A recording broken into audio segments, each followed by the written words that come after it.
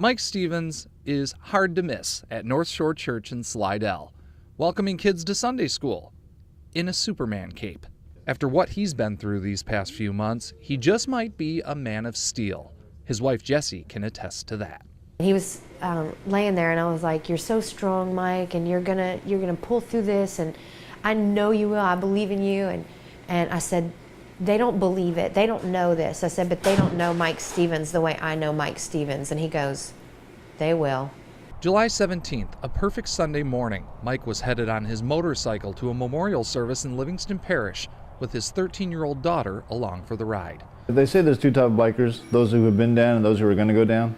And I've always been the guy that I'm never going down. I don't get in accidents. But that morning, headed west on I-12, fate had other plans.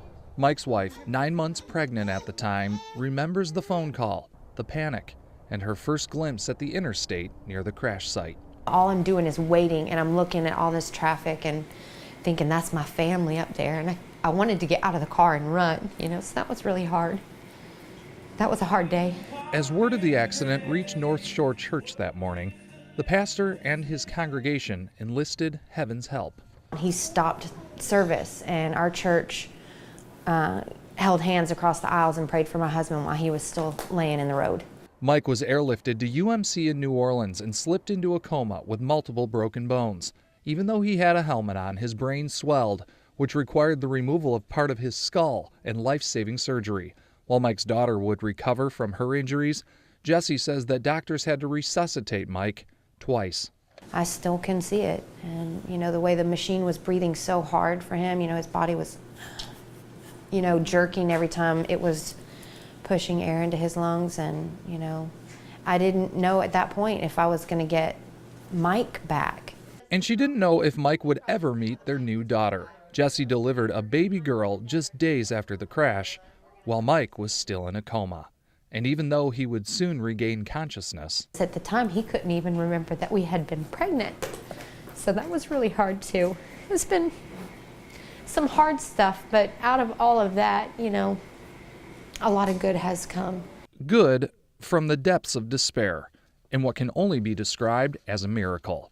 Mike slowly improved, regaining movement, thinking clearly, talking, his recovery aided by time and rehabilitation.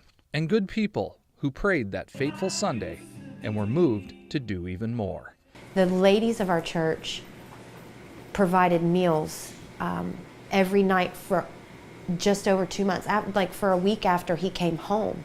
They were still giving us dinners so that I could do other things to take care of my family. A group of guys from their church kept up the yard, mowing the grass, and when the Stevens house flooded over the summer, some of the same folks came over with shop vacs, got on their hands and knees, and installed a brand new floor, no questions asked. When tragedy strikes, without that village, I don't know how we could have done it, how I could have managed,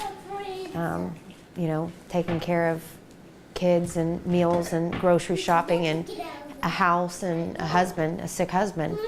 There just have been people in our lives that didn't say, let us know what we can do to help you.